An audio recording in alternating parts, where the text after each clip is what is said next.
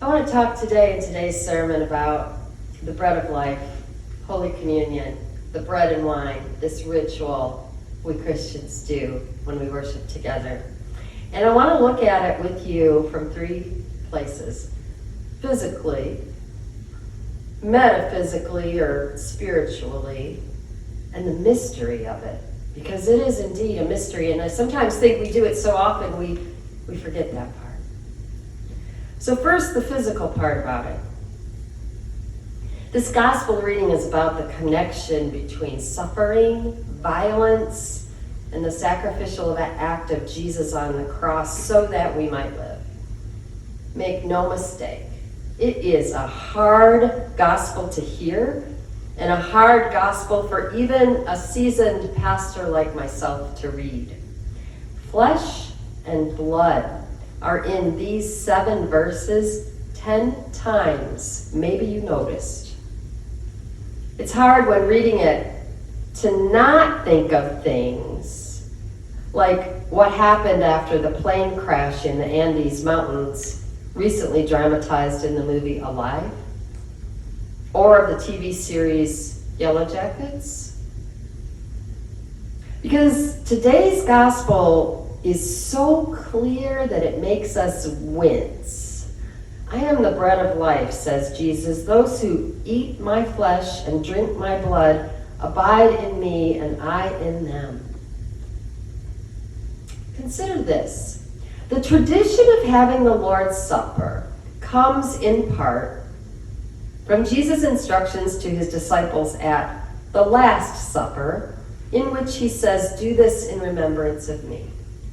The Lord's Supper, which happened just before Jesus was killed violently through an abuse of power that led to the persecution and murder of an innocent man, God's own Son, Jesus the Christ. It is news that continues to shake the world today. And yet, sometimes I wonder if we, as members of the body of Christ, have become so desensitized to the story that we cease to consider that this is part of what we are enacting in this weekly ritual of Holy Communion. It is a reenactment of the most violent moment in Christianity, and our language around it, the rhythm and beauty of the words as the bread and wine are blessed, the comfort to be given the bread and offered the wine. It's a holy ritual that we do not take lightly. The question I'm thinking today is, should our participation in Holy Communion move us to the depth of compassion which leads to transformation and justice? Do we connect or have connected for us by God's own Spirit reports of violence, persecution, and injustice that continue to take place every single day?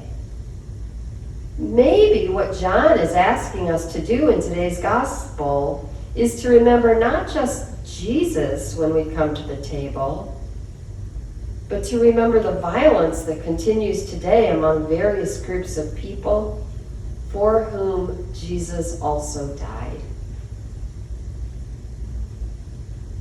And then there's the metaphysical part. You might find this interesting. The Greek word that is translated as flesh throughout the gospel is sarx, a noun. Contrary to our intuition, this noun, sarx, meaning flesh, does not so much describe the atoms and molecules and fibers of flesh, but much rather the living consciousness of it. We feel and sense the world with our flesh, which means that we absorb and store information with our flesh. Flesh is not essentially physical, but essentially mental or metaphysical. To understand this now, this is the context in which it was used, okay? Let's get a solid grip on our own consciousness. What is that? It includes things we can experience with our senses: touch, sight, hearing, taste, smell. Consciousness also includes things we perceive or sense or somehow know, even though we aren't always sure how we know it. Somebody here has had that experience, right? It includes our instincts, our internal warning system. Some of us call it our spidey senses. So given that, what are you conscious of right now? My voice? The candles on the altar? The pain in your upper left side of your back, just above your wing where it feels tight up to your neck? Are you conscious of the temperature in here? The fragrance of someone sitting near you? Are you conscious of a looming deadline or an upcoming test, or the worry about tests just taken for which you have yet to get results? Are you conscious of your grief, that thing that shape-shifts from sadness to guilt, to regret, to anger, to emptiness, to memories, to gratitude for having a love so strong that the grief it left behind will never really go away? Or are you just conscious about being a little hungry and thinking that Culver's sounds good for lunch? Now, if we combine this meaning of flesh, that is consciousness, with the actual act of Jesus dying on the cross and giving his flesh and blood for the life of the world, maybe we get something like this. The more we partake in Holy Communion, the more our consciousness can be expanded to include things we'd really rather not discuss. Things like violence, things like the way some people are excluded, things like the fact that some are unable to take Holy Communion because there's a famine where they live, or they would be subject to political persecution if they practice their faith in public, or even because they have been a victim of violence themselves. And the violence connected to the ritual of Holy Communion is a wound they cannot yet reconcile. So when we think about it, there's these dimensions of Holy Communion. There is the physical part. There is the metaphysical, spiritual part. There is comfort and thanksgiving. Violence is attached to it in some kind of way. And then there is the mystery of it. In my first call, the altar guild that put the linens on the altar were particularly finicky. They liked it very crisp, very precise. And it never bothered me until this one day when I preached a sermon about Holy Communion.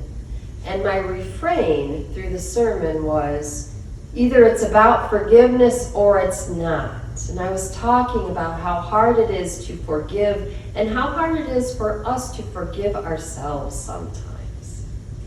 When I went to pour the wine into the chalice, it hit the cup in such a way that it made a fountain, and red wine went everywhere.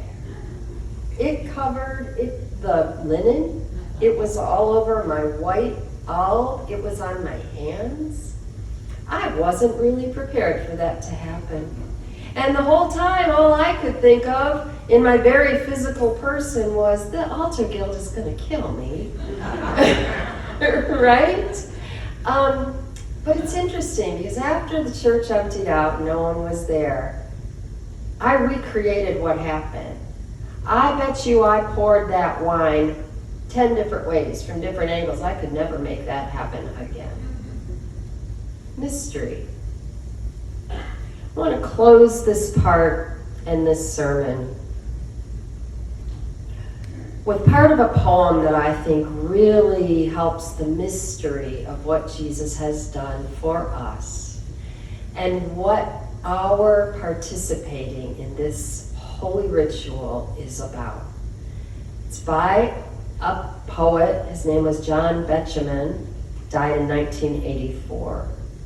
And the name of his poem is Christmas. So I'm telling you right now, we're going to Christmas for a minute. Don't let it rattle you.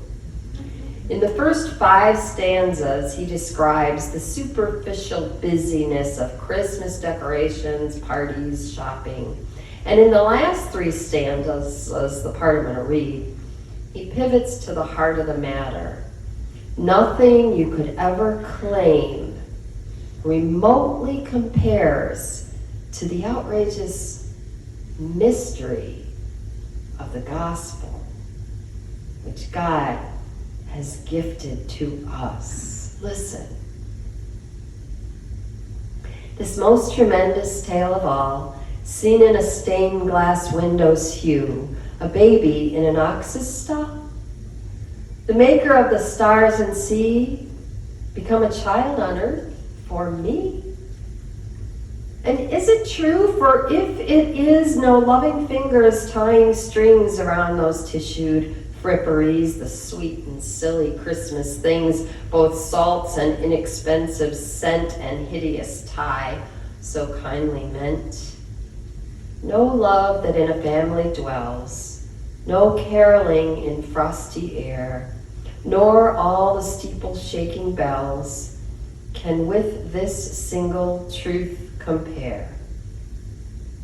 That God was man in Palestine and lives today in bread and wine.